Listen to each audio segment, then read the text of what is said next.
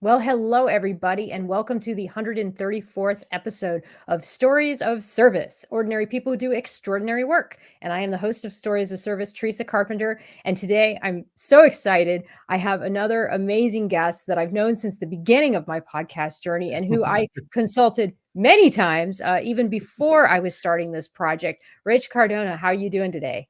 I'm very well. I'm thrilled that you're 134 episodes in. And I just want to tell everyone, I tried to talk you out of this Yeah, because you I'm just did. like, well, hey, I was like, it just depends. And this is the best case scenario where you're like, no, I want to do this. I can be consistent. And here we are, like 3 years later. It's ridiculous. So I'm super happy to be here, and I will give the audience everything I possibly can.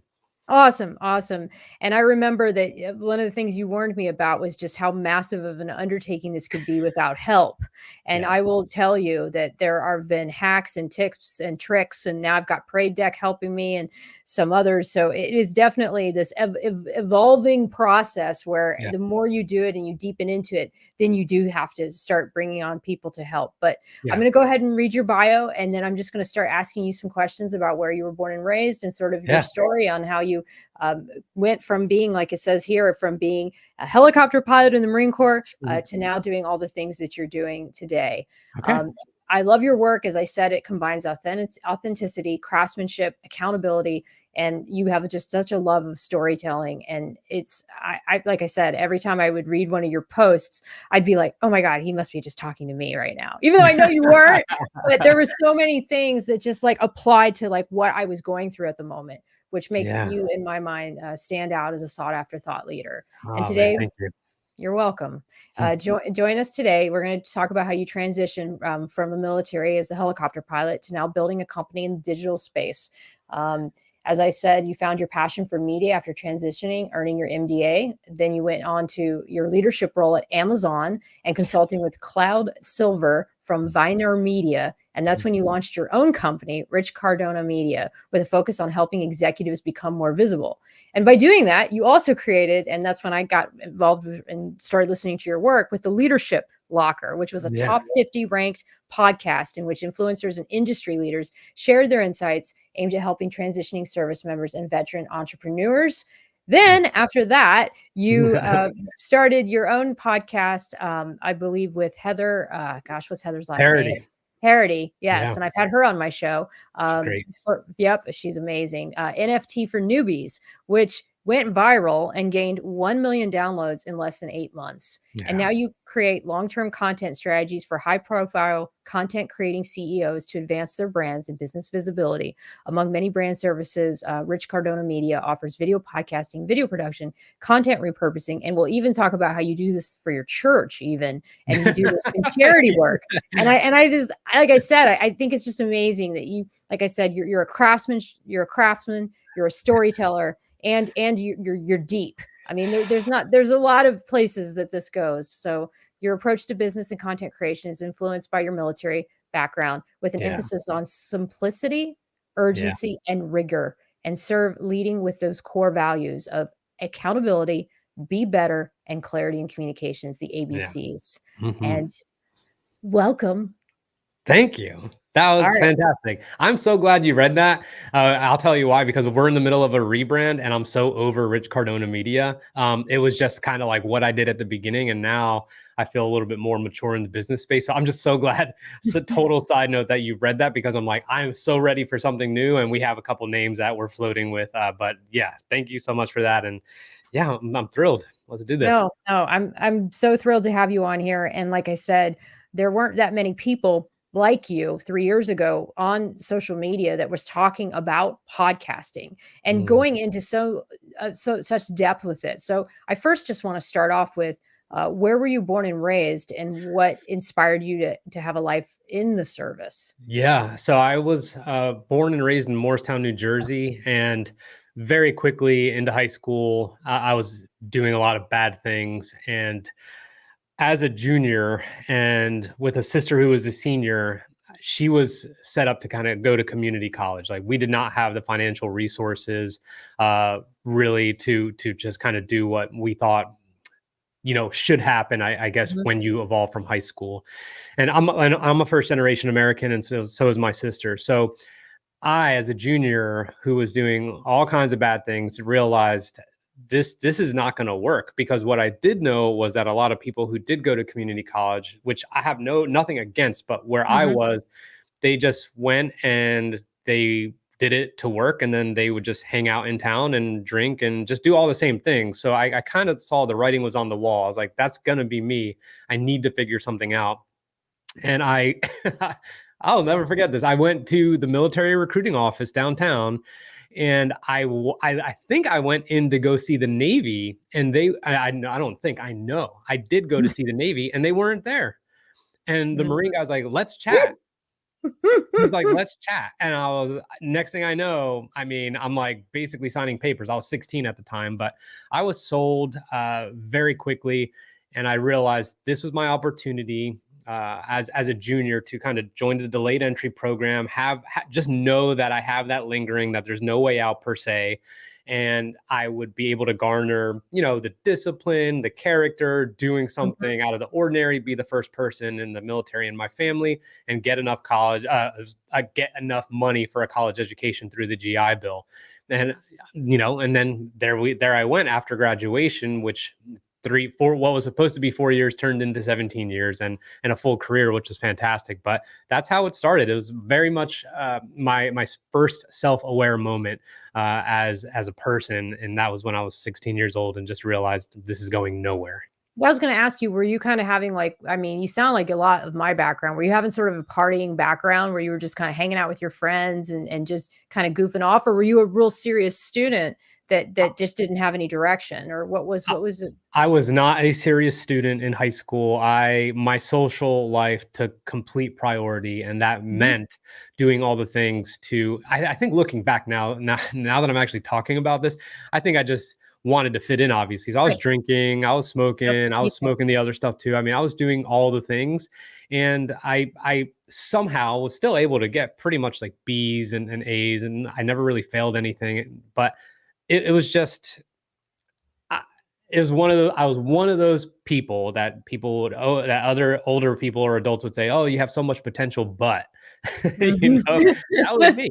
That was me, Right. and it was great because then I had the opportunity to do something myself by joining the service, and everything changed quick, fast, and in a hurry, as you know, because I was enlisted just like you were. So I Right. started out enlisted. Yeah. And you started off enlisted, and then you got picked up for, like, what, the Marine commissioning program, or one of the Yep. commissioning paths, and Yes. then why aviation? I was I didn't actually choose aviation as much as I was encouraged to just try to take what's called the ASTB, an aviation standardized test battery, I believe it was.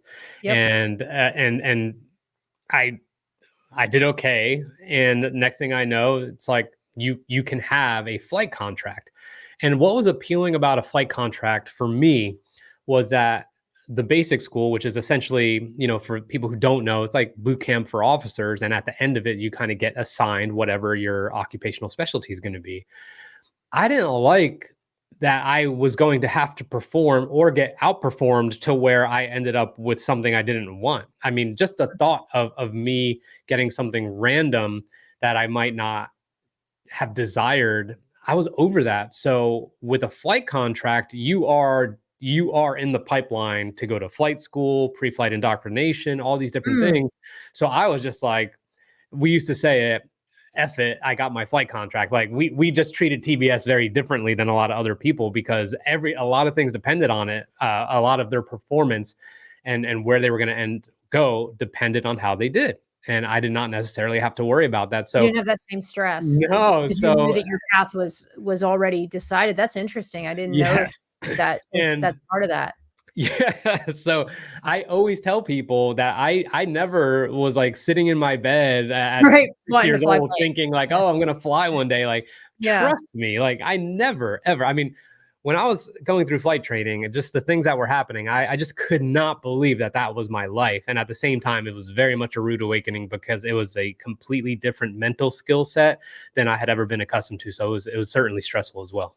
Right, right, because now you're in such a creative field, and so, and not to say that being a pilot doesn't involve creativity, because I've now come to the conclusion that every job has some level of creativity, but I 100%. do believe that there is people who have an engineering mindset, and then there's people that gravitate more towards the creative arts, Yes. and especially now that I'm in the military, and I think I've more now am realizing that I'm one of those more creative types. Yes. I'm very at peace with that, but it took me a long time to understand that. And so I'm curious, from your perspective, did you grow up being more of a creative, or did you grow up being more of that engineering kind of spatial acuity mindset? What kind of a person would you have described yourself? If I were to describe the type of person I grew up, it would be neither of those things. I would just say I was just a totally aloof person. I had it was almost like I was kind of just sleepwalking through life unconsciously, and I didn't believe I was creative. I didn't believe I was good at anything. I was just so interested in just social capital. And Mhm. as far as the engineering, I mean, I think we all have moments of deep focus, especially as, you know, I'm not clinically diagnosed with ADHD or anything like that. I feel like everyone at this point suffers from that in some way, shape, or form. The severity can vary, but I I'm not able to focus very well. But when I do, it's deep and it can be granular and I could get lost. And it wasn't until kind of like after the military that I realized on the creative side, that's what it was. When I was in, I would say sometimes there was moments of just deep analytical projects that I enjoyed, but it's really interesting that you asked that question because I look back and I just like, what the heck was I doing? Like I didn't have a North Star, Teresa, like at Mhm. all. I was just Wow. kind of just I was just going with whatever was pushing me rather than me pushing what I wanted. Right, and you were checking the blocks that they wanted you to check to get to that next point, Yes. and but, I mean, you stuck around for 17 years, so Yeah. obviously, there you were moving through the system and doing things, may not have been, did you know at that 15-year mark? Because that's when you're kind of like, "Oh, I'm gonna stick it out till 20." So what happened around the 15 mark? So at 15 years, one of my buddies who had been in one of my very best friends, Mike Deal, he was a year ahead of me. He had come in a year ahead of me, and he told me about the Terra program. I was like, "What are you talking about?" And it's the Temporary Early Retirement Authority. It is something Mm, that is offered once in a while in the Marine Corps, and essentially you can retire early. And versus, if you stay, you get 50% of your base pay. So they reduce it by a certain percentage for each year that you retire early. So you have mhm. to be between 15 and 20 years. When I saw him do that, I was thrilled because I was like, I want to get out. Because at the stage I was in my career, I had a seizure. I had a seizure after our combat deployment, and they were just like, we never know if this is going to happen again, but we can't take the risk that it does, or else you might be in an aircraft when it does. And I was like, okay. So that being said, I was a legal officer. I was working at, higher headquarters essentially, and I was doing admin work, which I didn't mind. And while I was doing that, I was getting my MBA, my executive MBA. But the writing was on the wall, Teresa. Like I was gonna get some really shitty billet somewhere that was probably undesirable. I was engaged at the time, and it just I raised my hand. I was in California also. I mean, I was in San Diego. So I was like, I'm going to make this call and I am going to submit for this. So the decision, I would have gone 20 had that not been an option. But as soon as it was available, I was, I Yeah. mean, I could not have signed quick enough. You have no idea. It really sounds to me like you've just always have been one of those people that wanted to take control of your life before it took control Yes. of you, Yes. and I can relate to that a lot. It's like, but sometimes that can also be an addiction where you're constantly trying to get ahead of something that you might not need to get ahead of if you just, like, let it happen, but it's really Yes. hard to know where to balance that piece of control, control, control, allow things to happen and and be I want more to hit something on that if you don't mind, sure. though. And I never ever want to paint the picture that the Marine Corps did not shape my life in such a dramatically positive way. And at the same time, being part of something that is far, far bigger than you could even imagine, and just the relationship you have, the meaning of serving your country, like all that matters deeply. But it also means, in a way, you quote unquote belong to them. Yes. And once you're out, and I had a very visceral experience working at Amazon, and we could get into that if we need to, but I did not look up to anyone I was working with at all. Like they were nothing, and I sound so awful saying that, but it was just very different than the people I had served with, who I believe are just exceptional human beings at the highest level in terms of talent, in terms of wisdom, in terms of just fortitude, like all the different things. So at that point, and when I eventually quit, it was my turn, and it was exactly what you're saying, that I had the opportunity to take control. And from that moment, I would consider myself unemployable, because I just want to be in total control. I just do. I And it understand is, that feeling. and I mean, it is incredibly difficult to be the person who's now writing the mission, and doing the execution and all those different things, but it was worth it. So what you're saying is absolutely true, and it was very accurate in terms of trying to escape, so to speak, from being under the control and taking control for yourself. Right, right. And I think everybody who wants to branch out and make something and create struggles with that, because it's this feeling like you want to be a part of this wonderful team, and like you said, all these great people and this mission that you may even disagree sometimes with the bigger strategic mission, but Sure. within that organization and within your team, and I can say this right now at NATO, I definitely feel this way. Creating the content that we do and doing the things we do. But at the same time, there is that feeling that yes, you do belong to an entity that quite frankly will do just fine without you. Um, You walk away tomorrow and the beat goes on. exactly. You will be backfilled quick, Yeah, fast, and in a hurry. Whether it's right. someone who's experienced or inexperienced, it doesn't matter. Like, you are an afterthought. And I, Mhm. I hate to say that, but I mean, it's just True. it's something. It, I it's mean, and it's how the organization has to function in order to survive and to continue to keep on going. And you're right. You could build up the most amazing program, and then 2 years later, you can turn it over to somebody else, and it can all go to shit, totally, because totally. that's the nature of the beast, and how it needs to continue to repurpose and to revitalize. So after you left, I do want to ask a little bit of questions about that, because I want to know about the culture shock of Yeah. transition. So Oh you my. went from 17 years, you're in San Diego, you're engaged, and now you're a retiree. How did that go? Or how would you describe it? You're literally like just putting me back in this place of overwhelm. And I never want to scare anyone, but I always want to be very truthful about the experience. I thought to myself, 17 years in the Marine Corps. I flew a $24 million helicopter. I have combat experience. I've led in many capacities. I had an MBA from a private institution, very well recognized in California and USC. Just no legal issues, clean cut.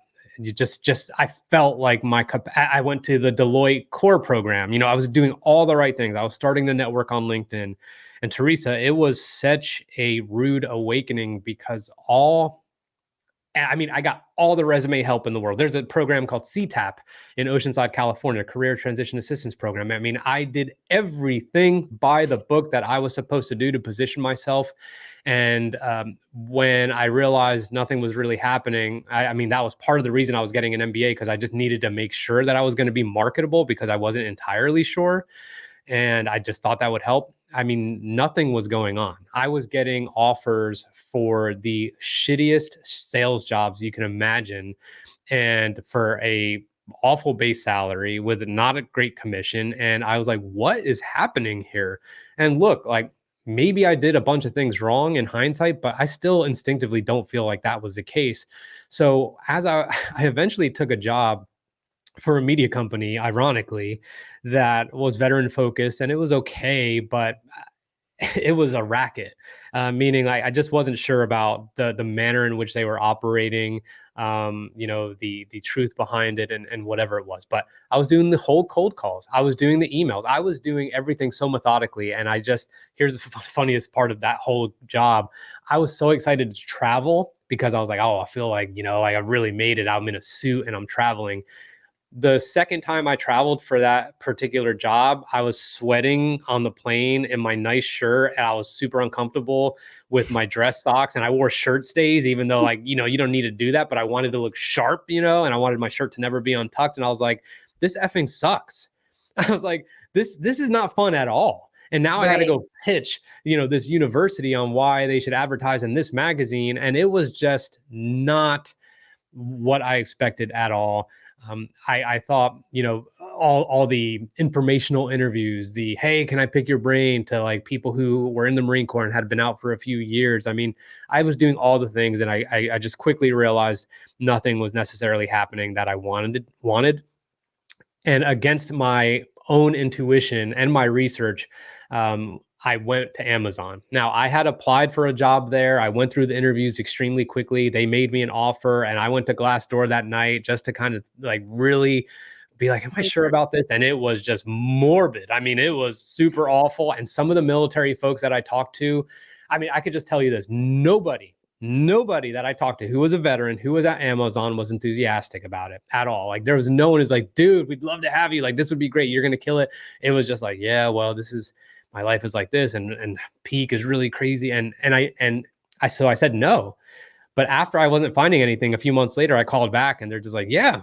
And they took me. And you And then needed a that was that. paycheck. I mean, you had a family, you needed to just support yourself at that point, right? And Yes. and that was the decision that you had to make, even though your heart wasn't there. It was like, okay, well, game time. I've got to do something to make You're money. exactly right.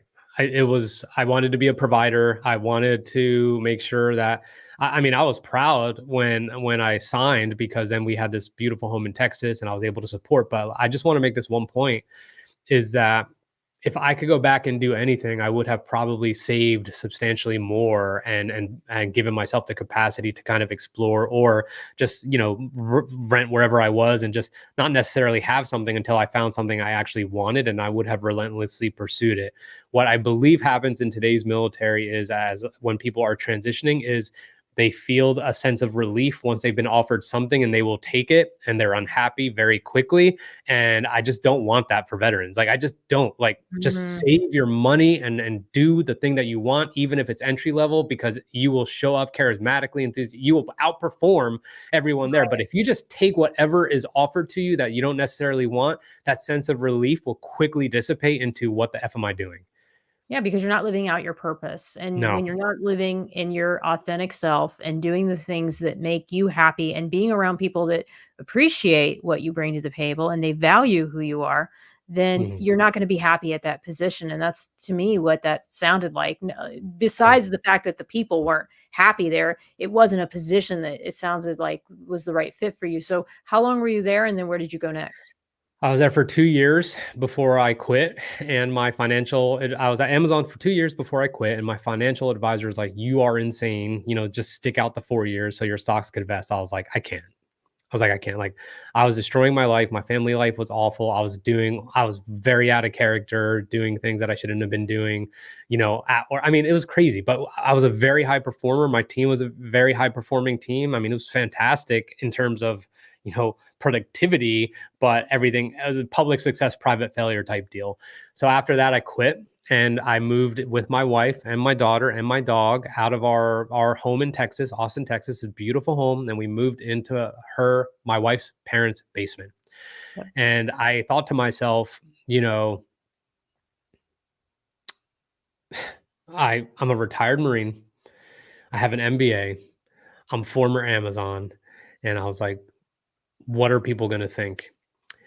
And that was quickly upended by the relief I felt from not being part of something I didn't want to be part of and outside of someone's control. And I'm telling you this because I didn't have a freaking plan whatsoever. I was just like, I need to decompress for a couple months. So that just led to me tapping into my creative side, which you've discovered before getting out, which is amazing. But I didn't realize that it existed that much until I left Amazon. So yeah, I mean, it was so seemingly risky, but I look back and I'm just blessed that my in-laws were able to open their home like that. And that 2 months turned into 6 months, unfortunately. But everything that needed to happen happened. And I cannot emphasize enough how blessed I am that my wife was incredibly supportive of that decision and how I never felt an ounce of judgment for what was transpiring. And it's what needed to happen. Yeah, had you done video before? Storytelling, like, that's the part where I'm like, I mean, at least I'm a PAO and, like, there's people look at it like, "Okay, she's a PAO that has a podcast. Okay, we get it." Like, there's some sort of relation. That's what I mean, like, you you were, like, doing project management, MBA, helicopter Yeah. pilot. Where did content creation, factor into this? That's It's so funny. And if you are watching on LinkedIn, mm, LinkedIn is the reason I got into content creation because as a lot of people thought back then, LinkedIn was only for job seekers and job and recruiting and that kind of thing. So my content creation journey came out of the need or desire for a security blanket in case I ever needed to rejoin the kind of normal workforce. So I started making content on military transition because it was very much a documenting versus creating type deal. I was living through it. I started making all that content, and I started back when LinkedIn was very loose. I was adding 1,000 connections a month, and I was getting traction. I mean, much better than I'm doing now. It's so funny, but and I started just Teresa, I don't know. I just started did you just, like, creating. start standing with a phone and you'd I, have s- just a I pen would get and a just tripod and go to a park in Blackstone, Virginia, and record some random ass content about transitioning or leaders eat last and this. And I was just doing whatever. motivational leadership kind of Yeah. things, And and this just, is before you had just, the podcast or any of yeah, that. You're totally. I took a course on editing and I hated editing. I started going to video conferences and that's what happened. And I'll tell you what happened. I mean, this is the lesson in just doing versus just like thinking. If you just take the action, I ran into someone who was a retired Navy E9 or E8. I cannot remember specifically, but he saw me at a conference. I asked a question at a conference, and I had mentioned in my question that I was a retired Marine. And this gentleman overheard it, and he stopped me, and he goes, just shook my hand, and we started talking. And then a month later, he's like, "I want what you're doing on LinkedIn for me." And that's how I started creating for other people as well. So it morphed very quickly. I had no idea what the hell I was doing. I assure you that. But I just started making talking head content. I was like, I think I can do this. And that's what I did. so your first clients, were you doing this remotely? Were you going over to their house and, like, setting up a No, tripod and a it camera? was a combination of virtual where where I would coach them on what I believed was important for their personal brand because they were business owners.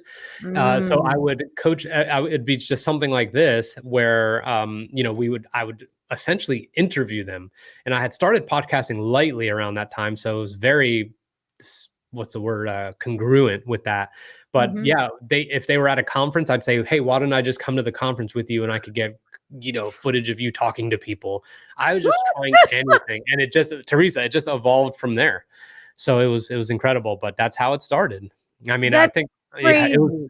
'Cause yes, you had no experience in this. Like, usually when I zero. talk to people and you started this in your 30s, you must have been because if they're, like, Mhm. mid to late 30s, you'd never content created, you'd never I mean, it just goes to show you, and because that's the thing that I'm so impressed about your work, Rich, is that unlike a lot of influencers that are just, okay, on Instagram and just taking selfies and stuff, you do the work, you do the editing, you do the long form videos. I mean, the things that you put together are of the quality of what I would consider like a professional videographer. And I it just amazes me that you didn't have any experience in this and you just self-taught yourself, because I get people all the time that come into my shop that say, "Oh, I need this school, I need to do this, I need this training." And I do think that all that stuff's helpful, but I Yes. also think there's a lot to be said for just picking up a camera and playing around with it and going on YouTube and watching videos on how they work. And Well, here's what I will tell you that you already have. I don't think you you take I don't think people take time to dwell on the barriers when what you want to do is front and center. And it's not video that I wanted to do. It's not content that I wanted to do. I just mm, wanted to reach other people. And then eventually, as a podcaster, I wanted to talk to people. You like to have conversations. So when I started podcasting, I mean, I was interviewing all kinds of people that I cannot even tell you how diverse a group of people this was. I was just anything I could do to have these conversations. And at some point, if I'm going to have these conversations, why am I not recording it? Okay. Then why am I not videotaping it? Okay. Then how am I going to get that onto the interwebs? Right. mm, And I just had to figure something out. So if at the heart of it all is not the technical aspect of it, it was literally what you already have right now, 134 episodes in, which is just the desire to share stories, have conversations, and then put those out that so hopefully other people could benefit. And I don't want to say and pat ourselves on the back and be like, that's selfless, but that's just how we're built. Like, we like to amplify other people's voices because if we find it interesting, we know that other people might as well. That's exactly. it. Yeah. That's it. Oh, yeah. I mean, every guest I have on, of course, I'm getting something out of it. I don't just do this for my guests. I do this because there is an ulterior motive, I suppose is what you want to call it, because I learned something and I'm Yes, gaining this information at the same time that I hope that my listeners or watchers are gaining the same thing. And so to totally. me, it's a win-win. How was it for you? Because you of course have had all these huge, like Gary Vander, I can't pronounce his last Vaynerchuk, name. yeah. And you've had these Oh, huge people. How did you pitch them? Like, how did you even like think to would you just cold reach out to them like on their yes, socials? yes. So I cannot believe you asked me that. I mean, I guess I should have anticipated it, but I was thinking about it this morning when I was working out. I was like, I really need to make content about just how completely optimistically naive I was that I would land these people on my podcast. And the reason I thought that was because after I've run into a couple of these entrepreneurs or was very fortunate to interview them, I will just tell you they were just totally human. The minute we started recording, I mean, maybe they were on a little bit, but before and after they were amazing. But during the recording, I had zero fear, zero issues with confidence, zero nerves, zero stumbling over my questions. It was just exciting. It was exciting for me. So after a couple tastes of it, I'm like, I'm just going to continue to reach out. And I will just tell everyone, anyone who's watching or listening, the secret was I just tried to have a compelling headline because that's or subject line because Mhm. you got to get them to click on something. Like you have that's it. It's just like a YouTube thumbnail. It's like, that's why the click-through rate is so important. It's like people need to click before they could read the title, before they could watch the video. And I Mhm. would always say marine aviator turned media company owner, and something along the or Mhm. retired marine aviator interviews Ariana Huffington. I would send anyone anything, and I definitely got some bites in the past, but now it's a little bit more challenging for sure because podcasting and video podcasting are huge. But yeah, I was very fearless because I I did believe my audience at the time for the leadership locker would benefit tremendously from their expertise, and that's how I Mhm. positioned it. Not, hey, I want this. It's like, hey, I think this audience would benefit from you, and that usually worked pretty well. So that's advice I would give to anyone who's No, trying that's to land some interesting. guests. Yeah, I always try to combine the guests that I have on with so many types of people too. I Mhm. don't wanna just have the big names, and Yes. in fact, I actually intentionally don't, and I Yep. want people that grew up with me, let's Yep. say, or that can share some sort of a story that from our past that I find that I think I find interesting, and I hope that my audience will find interesting. So, I think that that's another piece to this is you're creating content and you're telling stories is that Yes. you wanna make sure that you're not just what I would call a clout chaser because that Totally. people can see through that too, and Agree. and it's not authentic. I'll It's tell really you not. how you can tell, by the way, like they ask the same questions these people have been asked. They've done no actual research to determine, I don't want to be redundant. How am I going to ask different questions given this opportunity? That Right, interview that you don't think you're going to get, if you get it 2 years later, you will be more qualified than the last person who had them on their show. Like, right. trust me. Like, trust me. So, yeah, it's not about the clout, and they will be able to see the sincerity. And I just want to share one quick story. There's one gentleman I went, his name's Andy Frisella. He owns this company called First Form. He's a founder of 75 Hard. He has a ridiculous podcast. My wife and I were able to go out there and have an interview with him. And when after the interview was over, it went so well. And I also went with a gift. I brought a cool military gift, of course, but we were able to stay for probably 2 more hours. We got this ridiculous tour. He sent us home with what I would probably say 2 years worth of athletic gear for both of us. Like, it was insane. But it was also because I mean, I was able to reference things he talked about in episode 7 of his podcast, which was 5 years before that, because I had Mhm. been listening when I was working out and taking ridiculous notes. So when someone, I don't want to say is when you flatter them, but when someone, it's going to resonate with someone if they realize how much effort you put into taking that interview seriously. And that's the game changer right there. That's when they know it's not about clout. Right, I agree. And one of the things, like I say, I always loved about you and your content, especially your LinkedIn videos that you used to do, you would always say things about accountability. A lot of your videos were really just about doing the work and accountability. And sometimes I would read something that you'd write and I'd just be like, "Oh, he kind of triggered me." And then and then I realized like, okay, he's triggering me because I'm probably not doing the thing that he's saying that you should be doing. Yeah. And I think that's really good because a lot of times people don't hear that. And it's Yeah. hard because it's like you don't want to badger people or you don't want to insult your audience. But at the same time, if you want to do this and you want to get good at it, you have to do the work. Yes. I mean, no one's ever respected, um, not respected, but no one's ever desired to go the same path as someone who had it easy. So it's like, why Mhm. don't we just talk about how shitty it can be? Like, I love sharing failures. I love it because, I mean, it's not necessarily a loss as much as it is a lesson. So yeah, I think like that's just, I feel like that's why I shared some of the how much of a culture shock it was transitioning, because I'd rather be honest about it instead of being like, oh, this was an amazing experience and I got this amazing job and I went right up the ladder. And no, that's not how it went. That's not what reality is for many of us. So Yeah. I think accountability and authenticity are very much fundamental to how I want to create.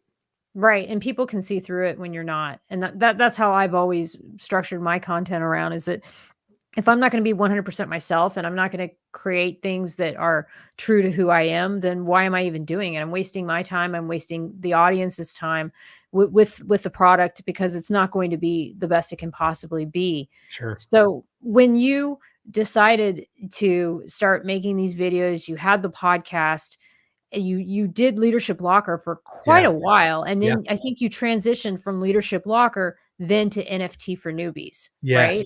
How Yeah. did that come about and why? Why NFTs? So the leadership locker, we got to 200. I got to 200 episodes. I was on such a roll with it, and it was an amazing experience. But NFTs for newbies was growing at this just rocket ship kind of level. And the reason I went after that was not because I necessarily was interested in NFTs and Web3 and that kind of stuff, but I was just fascinated by it and also confused by it. And my good friend Heather and I were just like, let's just publicly learn. So if you are an aspiring podcaster or content creator, there is very, very deep value in learning on the go for other people. So all the questions that we had, all the things that were confusing about this space that has had such a boom that certain year, I mean, we were reaching hundreds of thousands of people who had the same questions. And I mean, it was just an incredible experience. And eventually, I mean, we parted ways with it before that whole wave lost steam anyway. But we had creative differences. Like Heather is a true creator. I'm She is. obsessive about business. Yep. So it's just like, it just made sense, and that was totally fine. And I Mhm. see what she's doing now, and I'm like so thrilled. And I told her the other day, I was like, I'm just like really proud of like how she's just risen as a creator. Her reels are just on point. I mean, Phenomenal. Oh, everything you see, like, I love how she'll take, like, a thought leader, or she'll take a famous person, or, somebody that people know, and then she'll kind of break down their how they yeah. did it and and why they did and it. she does It's it so really well good. because it means so much to her. Mhm. So, so we ended that, but that experience I would never ever trade. Not just because it was very fulfilling, and it definitely fed our egos a little bit in terms of like the numbers, but we did something that's really hard to do in the podcast space. But more importantly, we had developed a really awesome community, and just that kind of interaction with your audience is, I would say, kind of rare when you have stuff every day where you got to be reaching out to people every day, replying to emails every day, DMs every day, looking at Mhm. comments on YouTube. It was so fantastic. I learned so much from that experience, and it was right around that time we were ending. That I was very focused on business because I had a couple very high profile clients that I started doing LinkedIn work for, and then took over their podcast. And it was just kind of like I would say a very unique opportunity. And since that, then these individuals have grown substantially. They are extremely well known. I can't say who they are because I have an NDA with them, but I did not want to punt that opportunity. So that was pretty much the end of podcasting for me until I start again here soon. But yeah, I mean, it is just a matter of priorities, but I do miss it for sure. You do have a question here, so I always try to end the Yeah, lives to get to some of the questions. So she sure. said, Raylan, she says, Rich, do you believe you ever had been able to find a job with a corporation? So I think what she means, I'm Yeah. going to try to paraphrase, but do you believe you tried to find a job like within a larger corporation? Could you have been happy that way? I think, or you, I yeah. don't think so because of my almost immediate understanding of the just bureaucratic nature of large corporations. Although I am an entrepreneur now, I would say if I could rewind, I think if I understood startups better, I would have seen, just the grimy, dirty, hustling work that it entails, but also the opportunity for equity or something like that. But you're much closer to the ground level at a startup, and I have a feeling you would have intimate relationships with, the founder or the number two or number three, and the learning in that atmosphere or that environment would have probably been substantially more than being just an executor or an order taker, so to speak, at a bigger corporation. And I just, it, there's big corporations, and I can't. This is such a generalization, I'll admit it, but you probably are not going to find the leadership that you need. That's especially aligned with like what you have in life, especially if you're a veteran, because you don't know what you want to do. You just Mhm. don't know. You've been Like, told all your life what you're going to be yeah, doing, and I you mean, don't like, know. you just, That's a great you point. know, when she says here, I see, what was your thought for a dream job? I had no idea.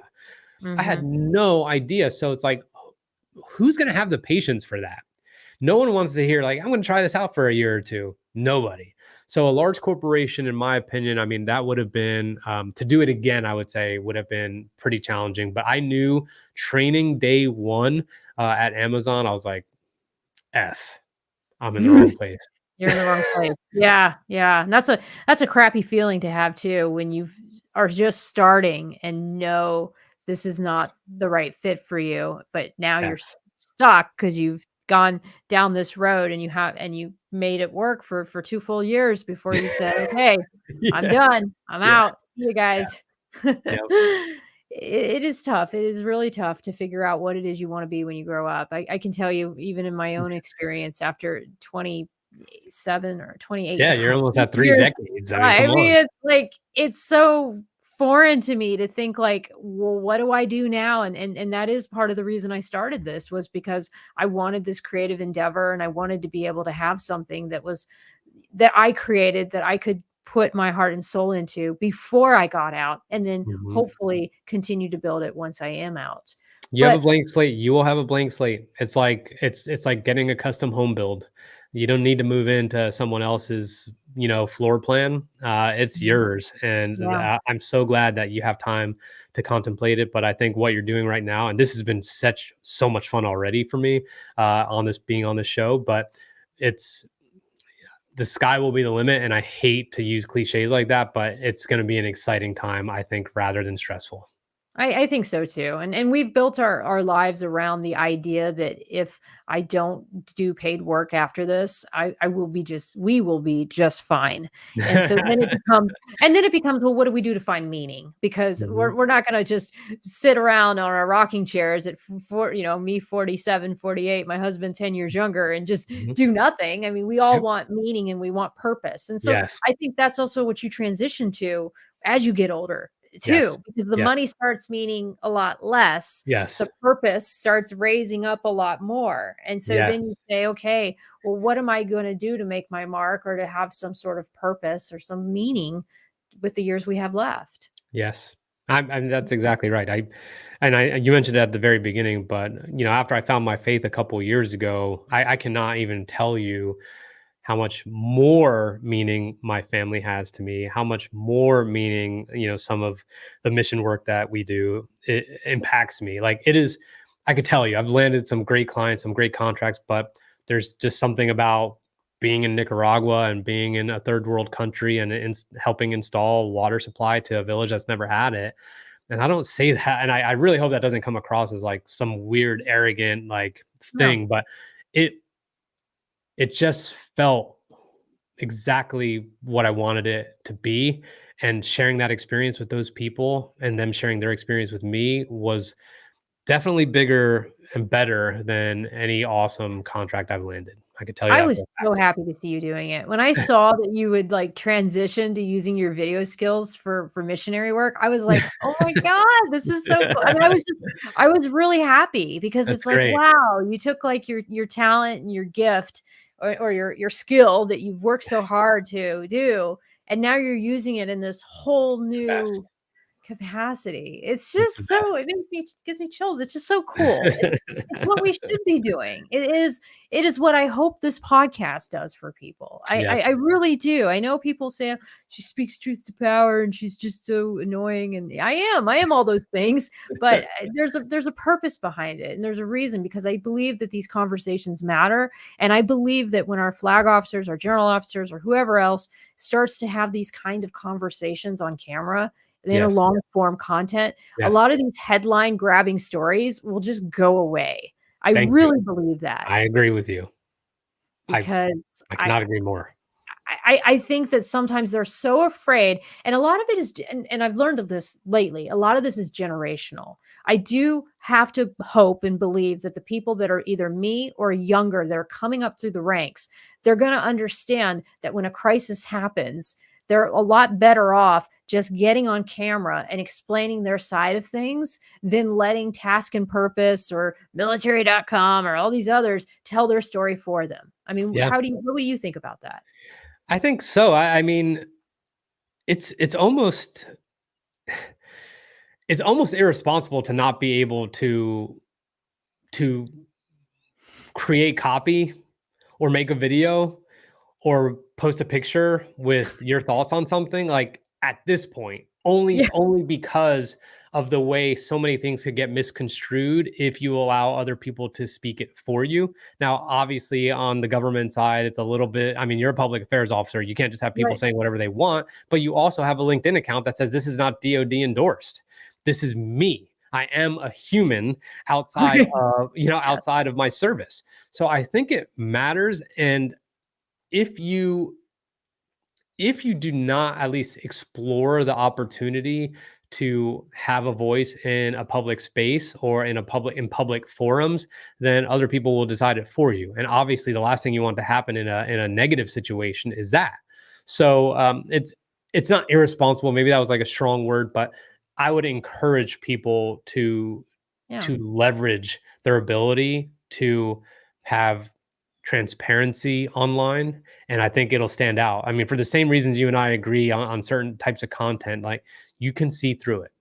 right. You can see through what's real and what's not, and people flock to authenticity. and They do. realness and transparency. So Yeah. practice that skill. I agree, and I think that the military is poised to do more of this, and I think that the environment has come to a place where it is expected and people are not happy if it's not being delivered. And Yes. I and I know when I read these stories that have no context, I'm frustrated because Yeah. I know there's the story behind the story. And I Yep. know that, yes, as a public affairs officer, yes, those leaders do have to consult with God and country to get the Mhm. most benign things put out in the media. Yes. But darn it, can't you just trust a 3-star to have a 2-hour conversation about something that Yep. they have been working on intimately and Yes. they understand and they know the ins and outs and the intricacies and why things weren't delivered on time or this didn't happen? And why not just tell people and then say, well, this is what we're going to do differently. This is what we're going to do better. This is how we're moving forward.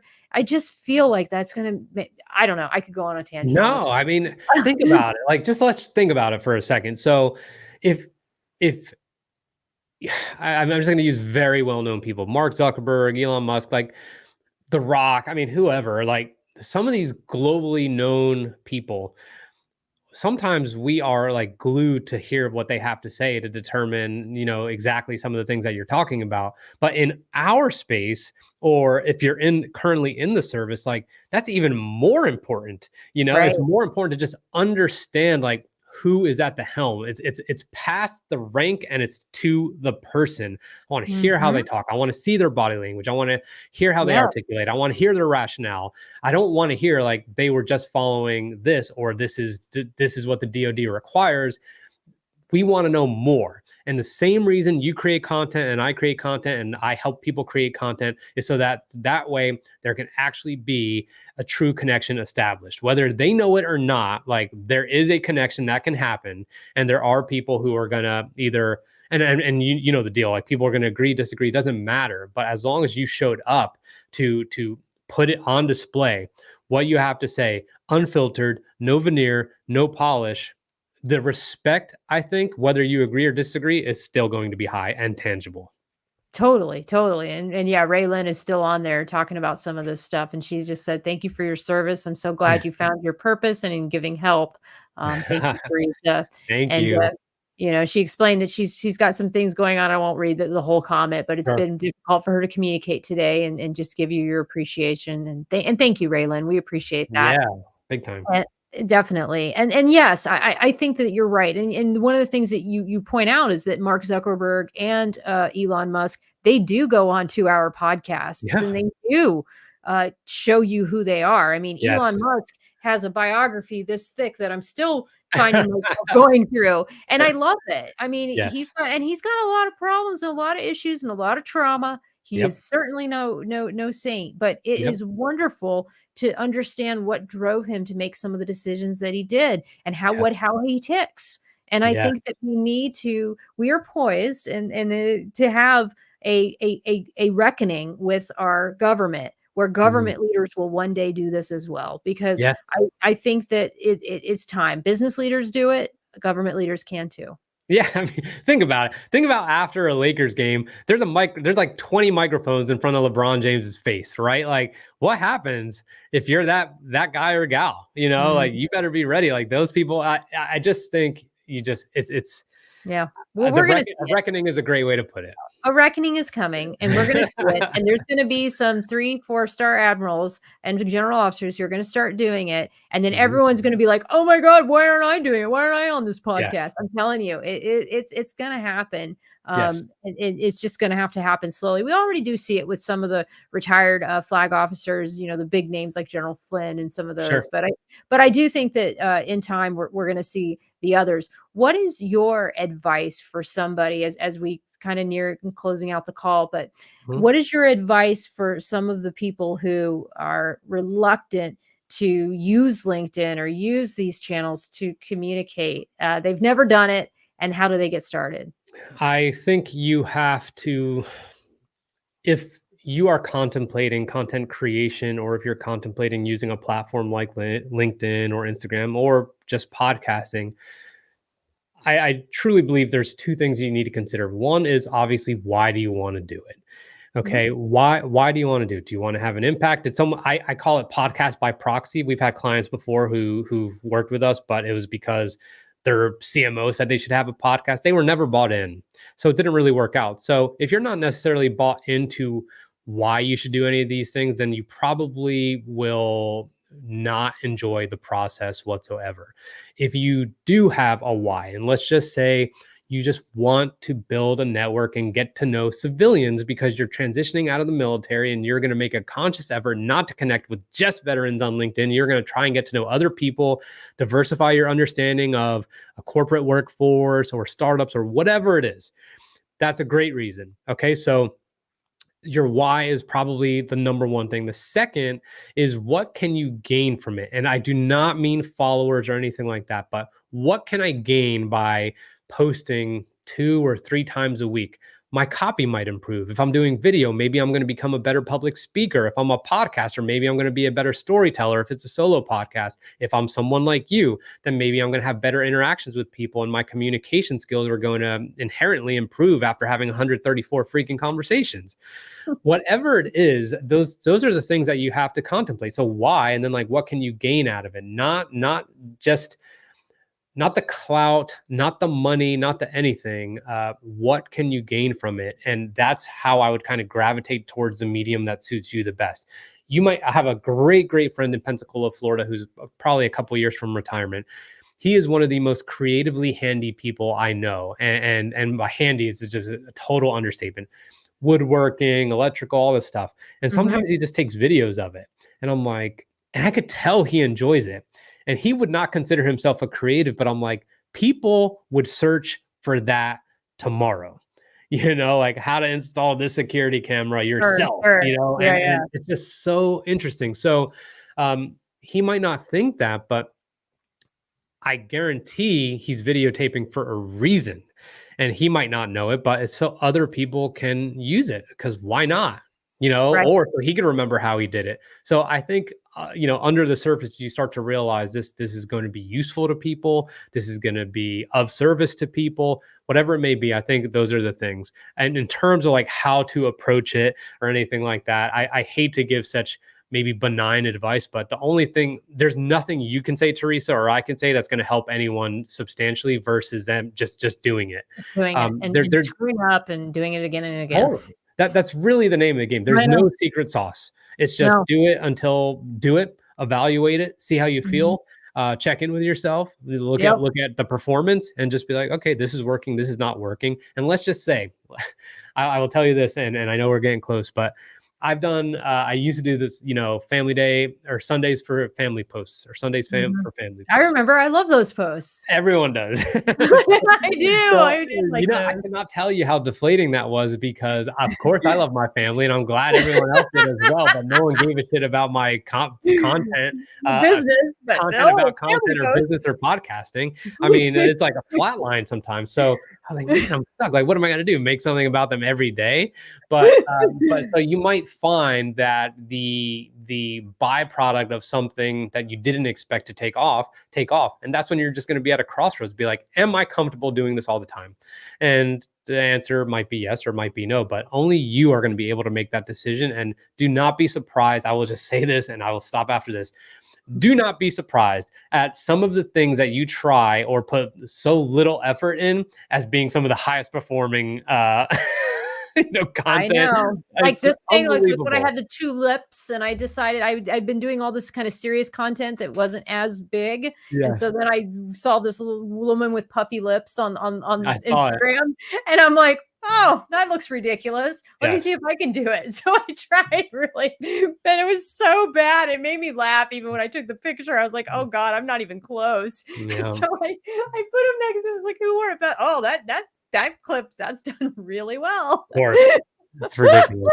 But But that's also like life. I mean, I think people always like the lighthearted stuff. They like the stuff that, sometimes we don't want to think deep and we don't want to be totally serious. But I did not get to your comment, David Jones, but he did say, he said, always having an amazing guest and awesome. conversation. So David Thank you, Jones is David. also another one of my helpers that I work with. He's the founder of Hello LLC, and he helped me with my mobile briefcase that you can Nice. see on LinkedIn. It's really neat. It's like a link tree, but it's a little bit more jazzy. So, Cool. but is there anything that you would like to address? Oh, I do want to ask, like, what's up next? You said you have another podcast. So what's going on with you now?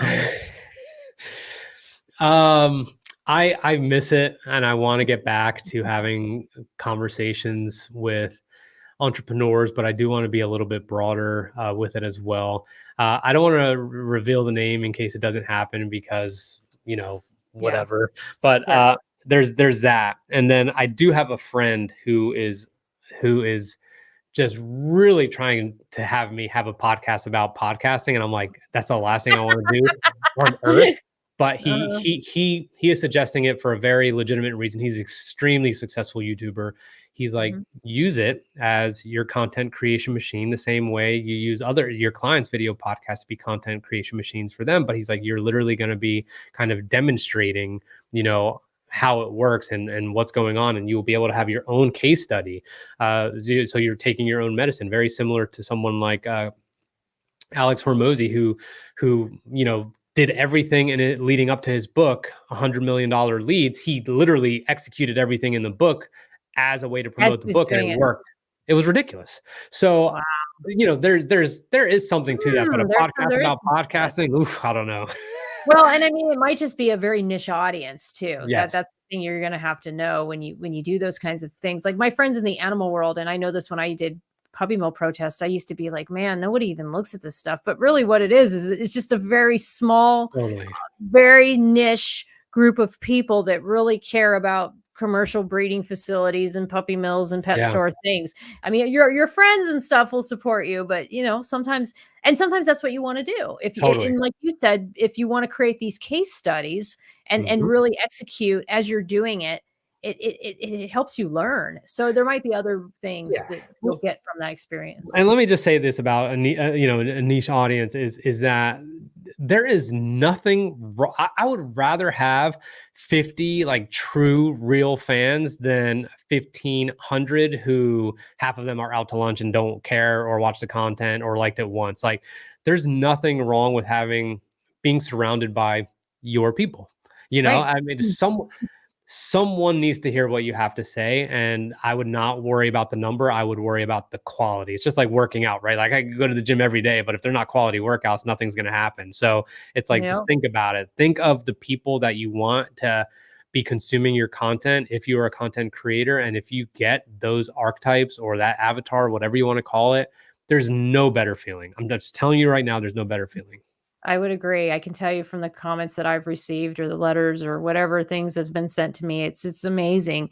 Sometimes you have no idea who's watching your content or people who've been impacted until they tell you later on, "Oh, I've been following your stuff for years or for months," and you have no idea it Yes, comes out it of there. happens all the time. But thank you so much. This has been such a pleasure. I'm so honored to talk to you. I'm gonna go full screen just to close out, but I will Sure. meet you backstage to say goodbye. But thank you again. And oh, for people that want to go on to any of your website, I have your Sure. website right here, richcardonamedia.com. If you're Yeah. you want to say a little bit about what you offer? Sure. I would say right now, what I'd like to gift is just like, we have a free resource library, and it's episode planning for podcasting. There's world class hosting guides. There's gear guides. We just want to just give. We're like in a very much a season of giving right now. So if you went to the website, to the free resource library, you would be able to find a lot of different things there. And yes, of course, we have services, but I'm not interested in pitching our full podcast services right now, as much as I am just trying to give people something that might aid them in their Mhm. podcast journey. So that's what we're all about. And then obviously you could find me. Actually, this is huge, Teresa. If anyone, if anyone here listening, watching is on link or on Instagram, I am experimenting with a new page, and it's called Podcast. It's at Podcast Rich. So if you want podcast content or creative content, go there. I would love to kind of build that following, and I have an experiment to see what happens with that page. Awesome. Oh my gosh, I am going to go check it out. Thank you very much. Like I Thank said, you. I will meet you backstage. But thank you so much for this opportunity. Wait And one second, oh, one Teresa. more. Tell me more. I have to tell you something. This has been really freaking good. You're Thank really you. good at this. Thank you. Like, I love doing it. I'm very you're passionate about it. I've enjoyed myself more on this than I have on a lot of things I've been on recently. And I think just as someone who evaluates podcasts and podcast hosts all the time, I think you're doing a phenomenal job. And I just want to let your audience know that if they don't see what good looks like, this is what it looks like. This is Oh it. my gosh. Thank you. Thank you. It makes me feel good. These are like the conversations I have with my husband when we're walking Jada. I'm like, oh my God, this person just said this. And he's just like, whoa, that's really cool. And we're just kind of like, we just kind of keep walking or running. So thank you so much. You're I will welcome. meet you backstage. I'm going to go full screen. And I'm supposed to have a show tomorrow, guys, with the president of the Military Basketball Association. I want to dive into sports. I've got two great girlfriends that are also my husband's good girlfriends right now, and they're both very athletic, and they're in a volleyball club, and it's really gotten me thinking more about athletics and sports. So hopefully I will have him tomorrow. We just still need to do some wrapping up, but if not, I will see you again next week. And I hope you guys have an amazing evening. Take care of yourselves, take care of each other, and have a great night. Bye bye now.